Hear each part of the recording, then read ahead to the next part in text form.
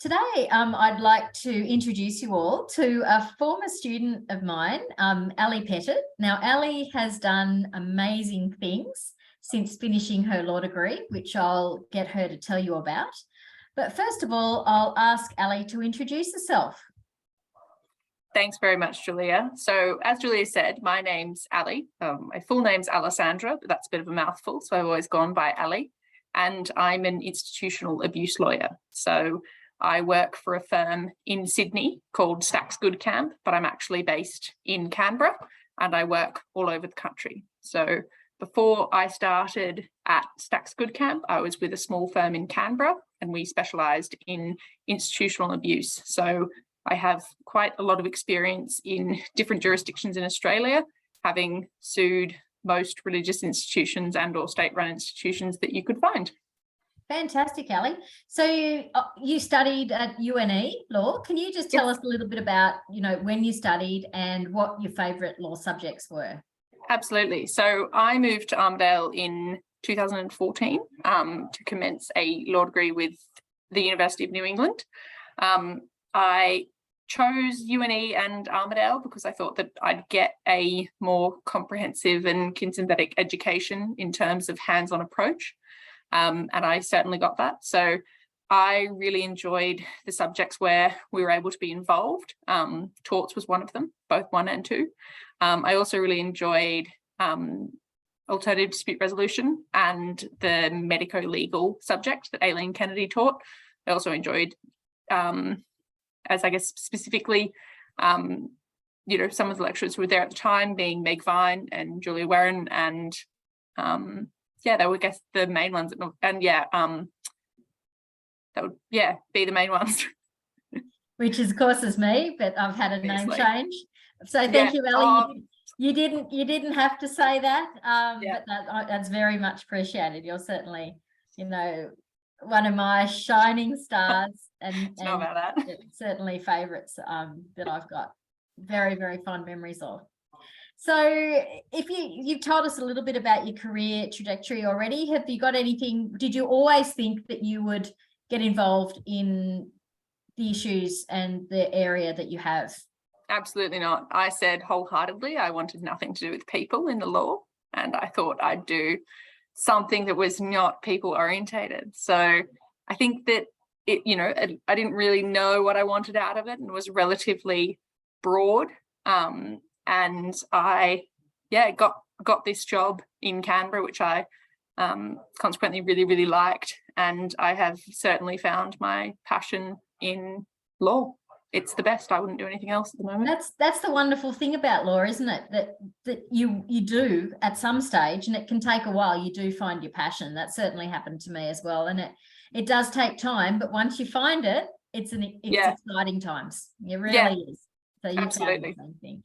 So now you told us a little bit about what you do. Now, historical sexual assault cases, that must be a very extremely interesting area, but very obviously disturbing as well. Can you tell us a little bit about some of the key legal issues that you encounter in these sorts of cases? Yeah, absolutely. So with these institutional abuse cases or historical sexual abuse cases or any sexual abuse case, really, there is an enormous amount of issues that come up in it. With the ones with institutions and, being of such a historic nature, often the perpetrators themselves have died. So that usedn't to be such a problem, but at the moment we're finding that institutions in New South Wales particularly are filing applications in the court called permanent stay applications. So that's where they say they're too prejudiced by the passage of time and the fact that everyone is dead who, witnessed it or, perpetrator, that they couldn't possibly be able to have a fair trial. And they've been successful very, very recently in terms of that. So that's one issue that we face. We also face issues in terms of causation, because often people who are subject to abuse as children have consequently already been abused in family circumstances. So that's where issues can arise with the parties on, who attributed more to the injury. And a psychiatric injury is quite complicated. So it's not as if you can specifically differentiate what caused what. There's, I guess, contributing factors by all means. So that's an issue that often comes up. The reality of dealing with someone who's been through this can be quite difficult. I adore all my clients, and they're all really, really kind people, and I, differentiate them from their injury. So sometimes you have, moments where the psych injury gets the better of them, and they, really do struggle in terms of the process, or they sometimes take their anger out on you in terms of a circumstance. So it can be difficult to deal with them themselves. So I guess that's kind of a couple of issues. There's also, the reality that you're never going to get enough money in turn for a person to, for the value of their life. And I think that I recently gave a talk at the New South Wales Law Society for the Specialist Accreditation Conference in this area of law. And I asked a question to 120 lawyers of what's the price of a child? And it was a question that no one could answer. And I like to remind, I guess, solicitors acting on the other side that we're not here for the bloke in his 50s who's had a lifetime of substance abuse. We're here for the blonde-haired, blue-eyed kid who got taken advantage of. Yeah, that's right. And I think when we spoke before, you were saying that often you'll find people who have been abused, you'll find them in just a local pub, often drinking their life away, trying to deal with the trauma that they've had, as a child, which is it's just horrendous, the impact that it can have, and it does have on absolutely. people. So like you just said, alcohol and substance abuse issues, because the best way to fall asleep at night if you've got intrusive thoughts is to have a skinful, and that's what puts you to sleep. So that's what seems to happen. Marijuana as well, that's really, really common, and in some cases gambling too. So it sets people up for a trajectory of difficulties, and it also, in terms of an employment component, makes it very difficult to be in a position where you're vulnerable. So obviously in a lot of employment situations you are told what to do, and by someone in a position of power and authority. So if you've been betrayed by that when you're a child, then your reaction to that as an adult is usually to walk off and not do it, or not put yourself out there in that situation. So you can understand when you think about it in that way. Yeah. So, Ali, you've told us a little bit about some of the legal issues that are relevant in these sorts of cases. Can you tell us a little bit about sort of the typical defendants and plaintiffs in cases such as these? Yeah, absolutely. So with these sorts of cases, you end up with defendant solicitors acting for, more often than not, an insured or an uninsured entity. So it's a different ball game. I think defendant lawyers as a general rule, as opposed to plaintiff lawyers. If you go to a defendant law firm, it'll probably have views of the harbour. If you go to a plaintiff law firm, it'll probably have views of concrete, because you don't spend money trying to impress clients. If you're doing that, you're not in it for the right reason. So that would be sorry, can we starting we're talking about? So, just talking about sort of the typical plaintiff and the typical defendant in these sorts of cases. Okay, sorry. So in terms of that, the typical defendant in institutional one is often, I guess I'll give the Catholic Church as an example. They'll be represented by a big insurance firm. Many insurance firms act for them. So the big ones like Spark Helmore, Watton and Carney, Colin Biggers and Paisley, Mackett and Daventshire. They will have a client that they'll be instructing them. So often Catholic Church's insurance. And then there also may be the order in that behind them. So the religious order that is providing instructions to them. So there's often indemnity issues that we don't necessarily know about in terms of how much insurance they have and for what, and for when that insurance was in place. That usually is an internal issue that's sorted out between them. So that's kind of, in a nutshell, who your defendant is. And then the plaintiff is the person who has suffered an injury. So the person who's bringing the proceeding against them. And would you say that is there any sort of common thread in terms of the plaintiffs, or are they people from all walks of life, socioeconomic levels? Look, I think that to stereotype, they're probably more often than not from a lower socioeconomic, depending on the area, where they were abused. But I've acted for CEOs of companies and multi-million-dollar law firms, and it is everyone. And I think that that's what people don't realize. I had a fellow the other day who you would not know at all. And you scratch the surface and there's a lot that's going on. So you can't, I guess generally most of my clients are men. I think that's what surprises people, is they assume that there's a lot of women, and I'm sure there are many women, but in terms of the historical institutional abuse we see, it's majority men. Wow. Yeah, I mean, that certainly surprises me as well. So in terms of the cases, how are damages usually assessed? It's a very good question. It depends on, I guess, obviously if the plaintiff is successful. Yeah, if the plaintiff is successful. So what you find, because of the legal issues are so prominent in this area of law, a lot of these cases do settle. So you're doing an internal assessment with each other, and each jurisdiction is different. So Queensland is notoriously harsh on damages in terms of their case law. They don't award very much.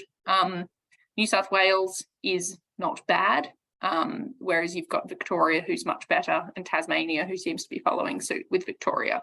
Western Australia is pretty good. South Australia has followed the Queensland model, so they're almost just as bad. So you're looking in these cases for damages for general damages or non-economic loss damages, depending where you are. That's for the abuse itself and for the injury that you have received from it. In terms of the range, depending on the severity of it, I think the highest we've seen is 500,000 in New South Wales, and that was a woman in May. It wasn't an institutional abuse case, but it was Jenny Haynes, and she was abused by her father horrendously. And she'd actually had to have surgery to, so it was very severe. So she was around the $500,000 mark. We've seen cases in Victoria just above that. Just before you go into that, who did she actually sue her father? Yeah, she sued her father.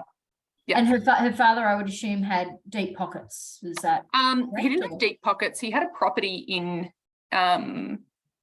England. I think it was England or Wales. And her lawyers had secured that, and he was in jail. He was convicted for the abuse, so they consequently sued him for it. So she was awarded, I think it was $825,000 in total. And I assume that is somewhat reflective of the asset pool that was available. But from a general damages point of view, she was given $500,000. Very interesting. So in cases we've also seen in Victoria where someone's been given $230,000 for general damages, and you've also seen $525,000. So it really depends on the individual case and your assessment of it and the risk associated with the legal issues. So compromise is often what happens in terms of these sorts of cases at a mediation if the issues are, too strong and that we think that we wouldn't be successful. And Ali, did I previously read that you had represented a plaintiff who had received the highest damages awarded in these sorts of claims? Yes, I did. So I acted for a man who was abused by Father Anthony Bongiorno in Melbourne. So we sued the Archdiocese of Melbourne over that. He wanted to go public in terms of his story because he's been telling it for years and no one's ever listened. So that's why it was out in the media. We didn't get a judgment as such in terms of a breakdown of it. So I can't tell you exactly what was given. But in terms of, I guess, our assessment of it at the time, it was the significant amount was for medical expenses because he had spent so long in psychiatric units, upwards of 100 nights a year, that we had to take that into consideration. So that is also a head of damage, which is claimed medical expenses. Similar to what you would be claiming if it was a physical injury. And then just going, I guess, back quickly to damages in general is economic loss as well. So you look at, but for what happened, what would have they done? And I think I touched on it earlier in terms of the, you know, impact that it has on people's ability to be in employment and attain promotions and do as they're told. So each case is really, really different, and economic loss can be anywhere from, you know, $50,000 in a buffer form to millions.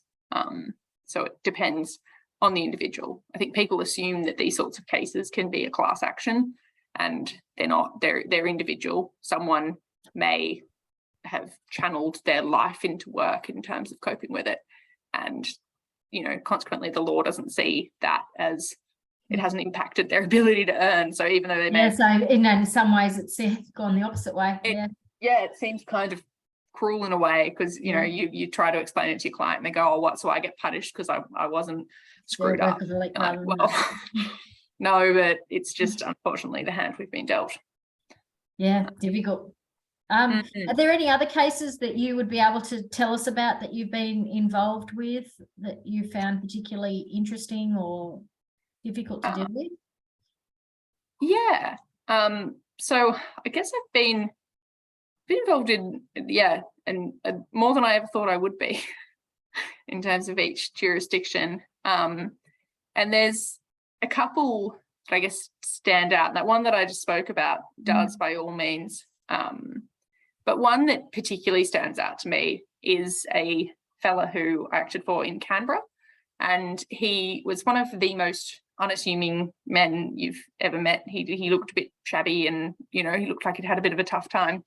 And he came in with this gorgeous girl from Denmark, and they were very kind and very, very lovely.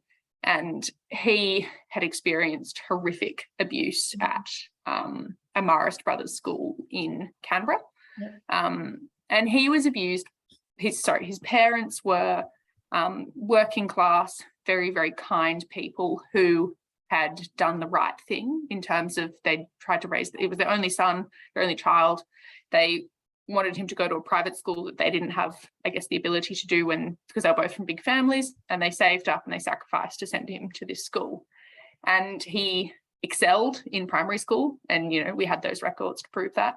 And he got to high school, and within the first term, he was getting abused by one of the brothers there. And he came home from school and he'd say, I don't want to go to school anymore.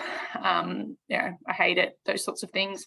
And his mother, in her defense, took him to the doctor and thought, okay, well, we'll work out what's going on.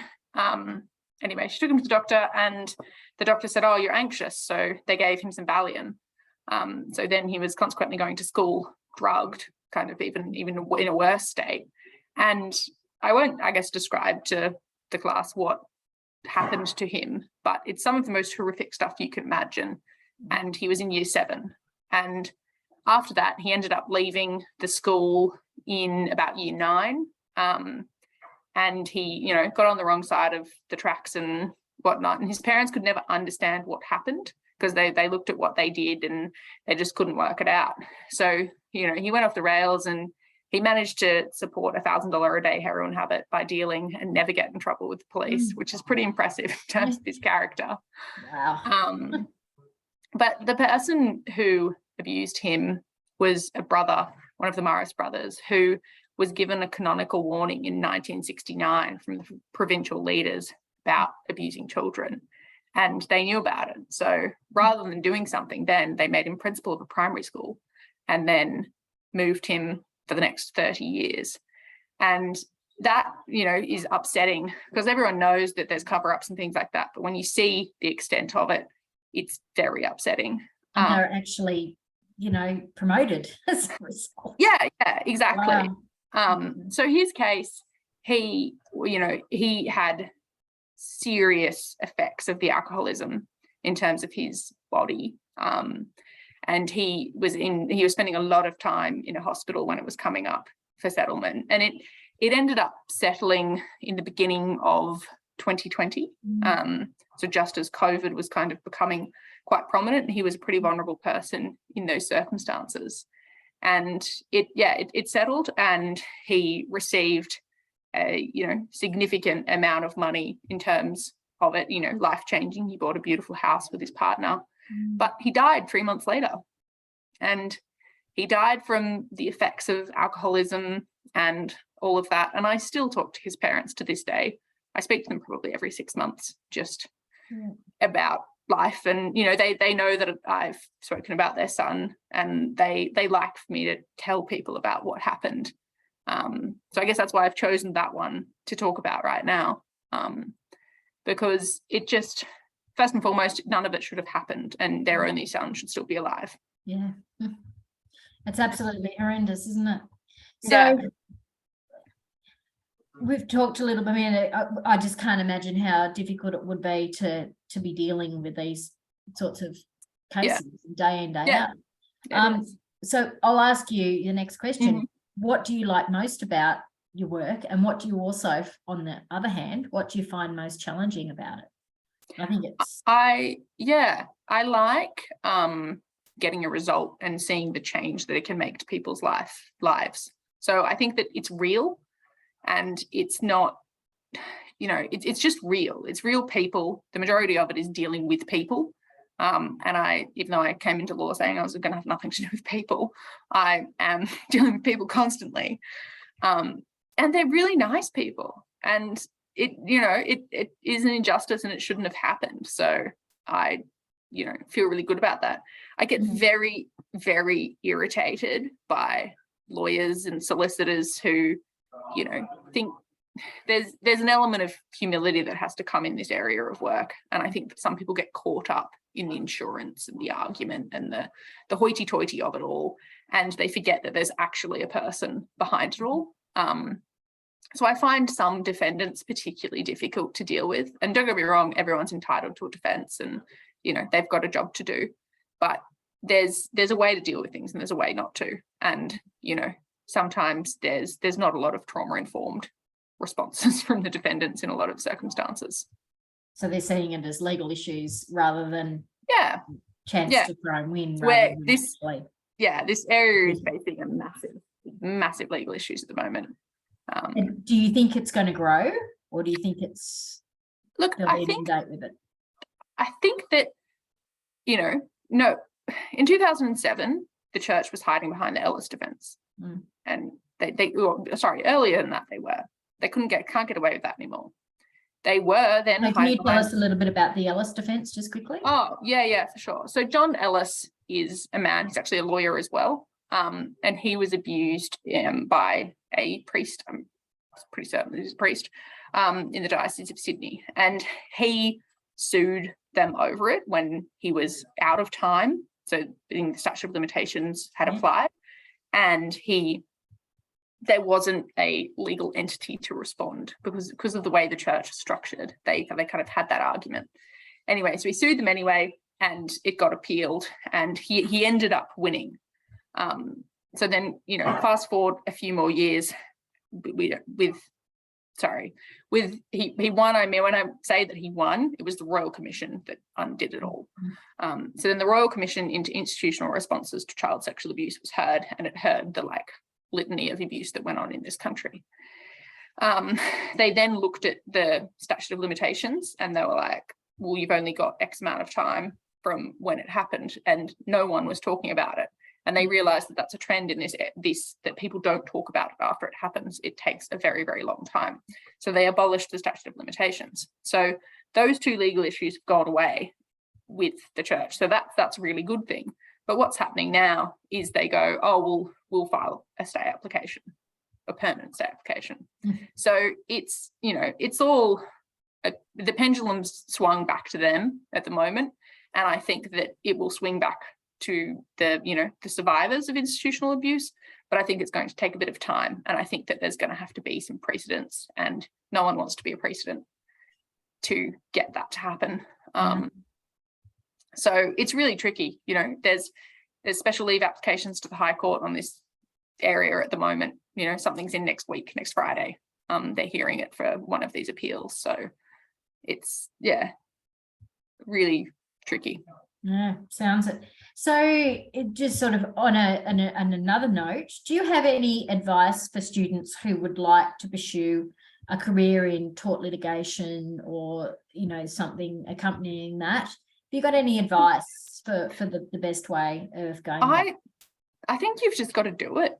Just put your hand up and do things. And I think that the best advice that I got from anyone, and it was a man I used to work for at Negs in Armidale. He was the head of the equestrian centre there.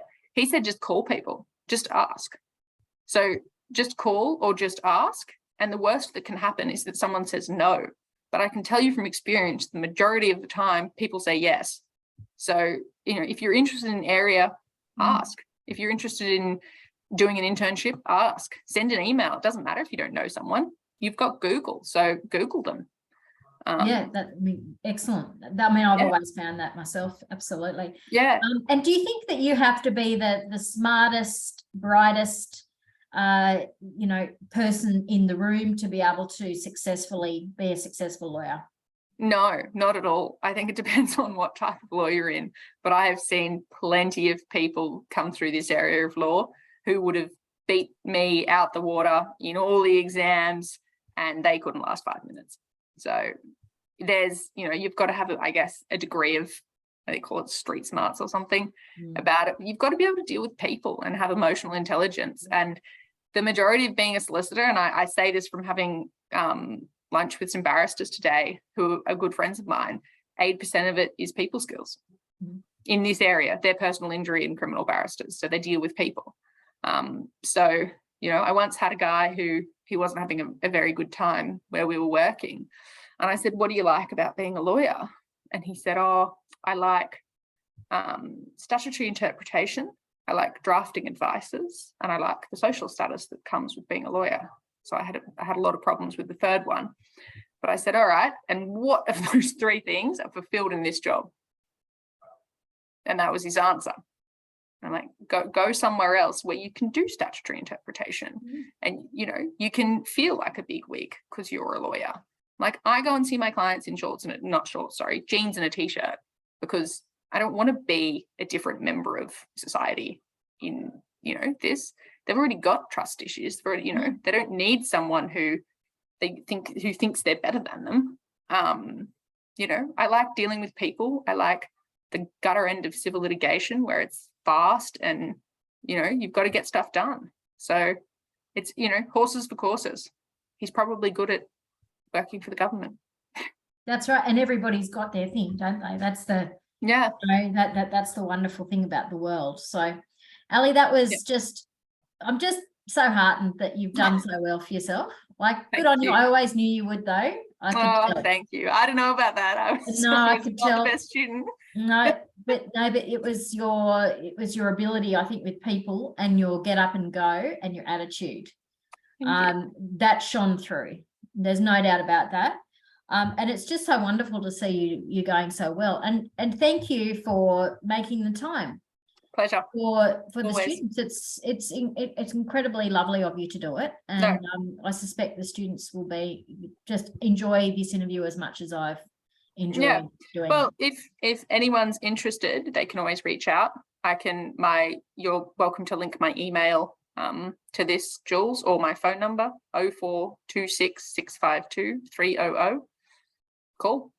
Fantastic, Ali. So if students, would like to talk to you about these issues, that's an incredibly kind offer, Ali. Indeed. And also I work for a personal injury firm. So there's a team for MedNeg, there's a team for public liability, there's a team for MVA, TPD, and Tom Goodcamp is the solicitor who so he owns Stacks Goodcamp, but he did Marie and Whitaker. That's his decision. Oh, wow. So that it's and I was fortunate enough to be approached by these people because of humility and getting along with a defendant solicitor. So good on you, Ali. You're a real credit to the law school. And thank you very, very much. My pleasure. Thanks, Jules.